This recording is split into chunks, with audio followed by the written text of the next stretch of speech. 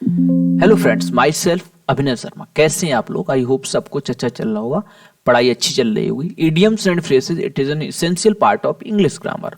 और जिस टेस्ट में इंग्लिश की बात होती है उसमें idioms and phrases, one word substitution, ये सब अक्सर पूछे ही जाते हैं, तो ये कॉमन सी बात है। इस सीरीज के अंदर हम इंपोर्टेंट इडियम्स एंड फ्रेजेस को लेके आए हैं जो इंपोर्टेंट परीक्षाओं में पूछे भी गए। हम सबसे पहले एक क्वेश्चन देखेंगे, उसका आंसर देखेंगे और फिर देखेंगे सेंटेंस में कैसे यूज होता है।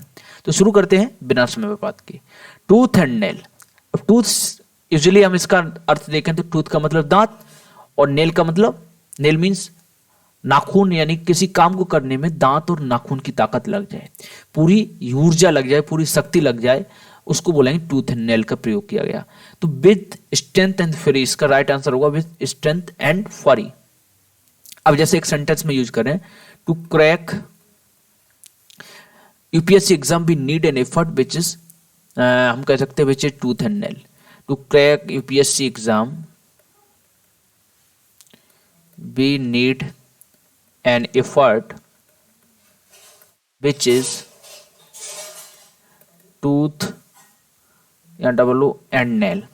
अब इसका एक प्रयोग हो गया टूथ एंड नेल का, कैसे प्रयोग किया, ठीक है। ऐसी सेकंड देखिए, picks on somebody. Picks on somebody का मतलब होता है किसी को इतना ज्यादा परेशान कर देना, इतनी बुरी तरह से ट्रीट करना कि उसकी जो इमोशंस हैं वो हर्ट हो जाएं। तो ट्रीट बैडली, इसका राइट आंसर हुआ ट्रीट बैडली। जैसे एक सेंटेंस में यूज करें, Chetak is upset, Chetak is upset because his new manager picks on him। यानी कि जो चेतक है वो अपसेट है क्योंकि उसका जो नया मैनेजर है वो अक्सर उसको बहुत परेशान करता है, ओवरवर्क देता है। अब ऐसे देखिए, read between the lines. Read between the lines का मतलब होता है कि जो किसी राइटर ने कुछ लिखा है, जो भी लेख लिखा है, उसकी एक्चुअल में उसने कहना क्या चाहा, उसका ओपिनियन क्या है, उसकी अंडरस्टैंडिंग क्या है, उसकी विचारधारा क्या है, ये समझ जाए तो उसको कहते हैं रीड बिटवीन द लाइंस। सिर्फ जो लिखा है वो समझना ही काफी नहीं है, बल्कि वो कहना क्या चाहता है, जब ये भी समझ आता है तो उसको बोलते हैं रीड बिटवीन द लाइंस। इसका सही आंसर होगा know what the writer think. जैसे अब एक सेंटेंस में यूज करें, we try to read between the lines but I can not understand what was the writer's opinion. जैसे I tried to read between the lines but I cannot understand writers opinion. ये ठीक है, आगे आप लिख लेना understand writers opinion. मतलब हमने उसके बारे में खूब जानने की कोशिश करी, एक एक चीज जानने की कोशिश करी, बट मैं ये नहीं समझ पाया कि राइटर कहना क्या चाहता है। To cut one short. अब इसका answer to cut one short, यानी कि किसी बीच में ही किसी को रोक देना, टू इंटरप्ट वन। अब एक सेंटेंस यूज करें, he can not complete his speech because a stranger cut him short. He can not, अब he can not complete his speech because one stranger cut him short, यानी उसने अपना speech complete नहीं कर पाया। क्यों? इसका कारण था किसी अजनबी ने उसको बीच में ही रोक दिया। Kicking the bucket. Kicking the bucket का मतलब होता है मर जाना, टू डाई। जैसे old farmer kicked the bucket yesterday. Old farmer kicked the bucket yesterday. ठीक है, ये कैसा सेंटेंस हो गया। बेट बिहाइंड द ईयर्स का मतलब होता है नौ से किया, नौजवान बच्चा जो अभी कुछ ज्यादा अनुभव नहीं है, एक्सपीरियंस नहीं है, तो यंग एंड इनएक्सपीरियंस्ड। जब एक सेंटेंस भी यूज करें, the opener batsman are bet behind the ear against the first bowler.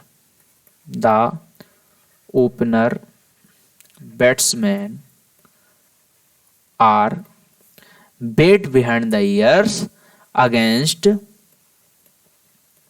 Fast bowler. एक सेंटेंस जैसे ये हो गया, तो ऐसे भी आप कर सकते हैं आराम से। अब देखिए सॉ थ्रू। सॉ थ्रू का मतलब होता है कि किसी चीज की पूरी जानकारी लेना, अच्छे से जांच लेना। इसका सही आंसर होगा डिटेक्ट। जैसे officers saw through the data and files. Officers saw through the data and files. अब ऐसे ही कहा फिट्स एंड स्टार्ट का मतलब होता है इर्रेगुलर, कोई काम इर्रेगुलर होना, आना जाना। जैसे my friends income is fits and start, लिख लेना my friends income is fits and start. Fits and start का यूज मतलब इरेगुलर होता है। अब under the cloud, under cloud का मतलब होता है किसी पे संशय करना, जैसे कोई काम हुआ, अब उसका एक्चुअल ये नहीं मालूम हो कि एक्यूज्ड कौन है, कौन इसका अपराधी है, तो हम क्या करेंगे, किसी पे शक करेंगे, तो जो शक के घेरे में आ जाता है उसको बोलते हैं under the cloud, under cloud. In disgrace, इसका राइट आंसर हुआ इन डिस्ग्रेस। जैसे two peoples are under cloud in the murder case, two peoples are under cloud in murder case. ठीक है, एक सेंटेंस, ये राइटिंग थोड़ा खराब हो सकता है, बस ट्राई टू अंडरस्टैंड, आपका समय भी बचे और कंटेंट ज्यादा से ज्यादा आपको मिल पाए। इन a pickle, in a pickle का मतलब होता है किसी को परेशानी में रखना, किसी को परेशानी में कर देना, एक खराब सिचुएशन में। इन एन एम्ब्रेसिंग और a backward situation, in an embarrassing और अ बैकवर्ड सिचुएशन, इसका राइट आंसर होगा। जैसे the young boys act put his father in a pickle, the young boys मतलब लड़के के acts put his father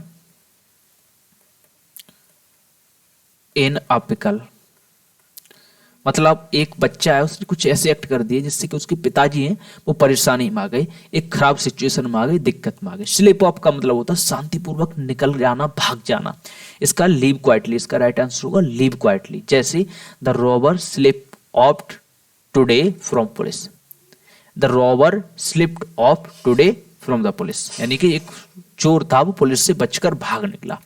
cut your coat according to your cloth, ये तो हम हिंदी में भी समझते हैं, हिंदी में भी सुनते हैं कि पैर पसारो उतनी जितनी लंबी चादर, यानी कि अपनी आवश्यकताओं के अनुसार ही खर्च करो।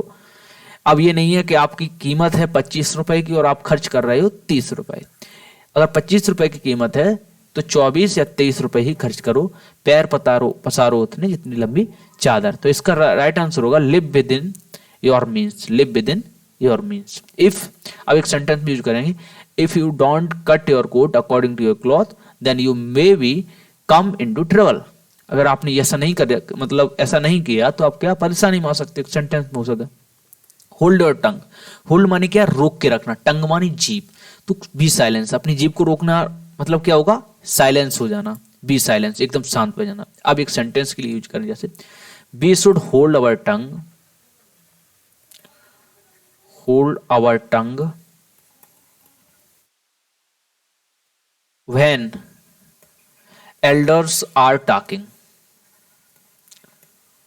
या फिर डिस्कसिंग, जब कोई बड़ा आदमी, हमसे बड़े आदमी आपस में बात करते हैं या कोई डिस्कस करते हैं तो हमें शांत रहना चाहिए, हमें एकदम अपनी जीभ को रोक के रखना चाहिए।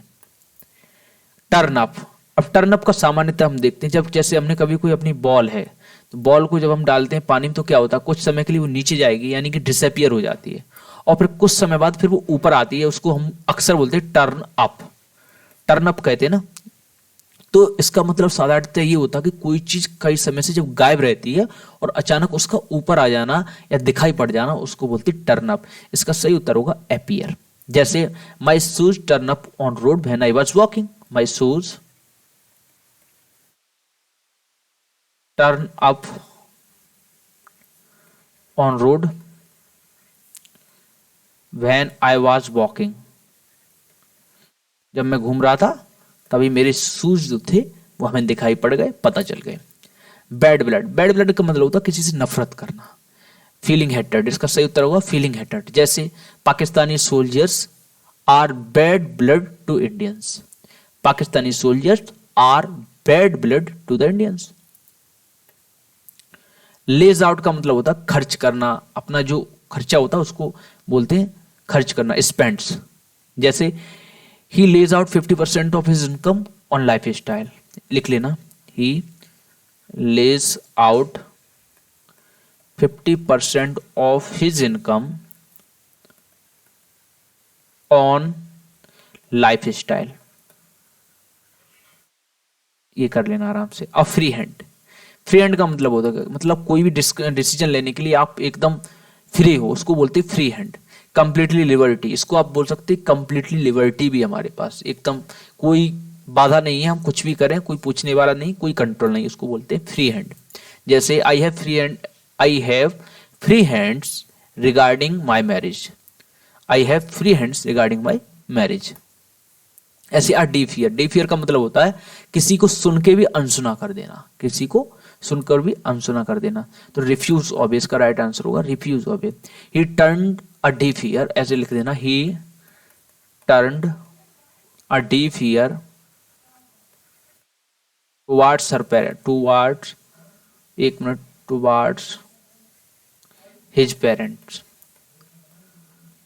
एडवाइस, मतलब उसके पिताजी ने, मम्मी पापा ने जो सलाह दी उसके लिए उसने क्या किया, अपनी जो कान थी एक तरह से बंद कर दी, या डिसऑबे कर दिया, सुनना मना कर दिया, अनसुना सा कर दिया, आप मान सकते हैं।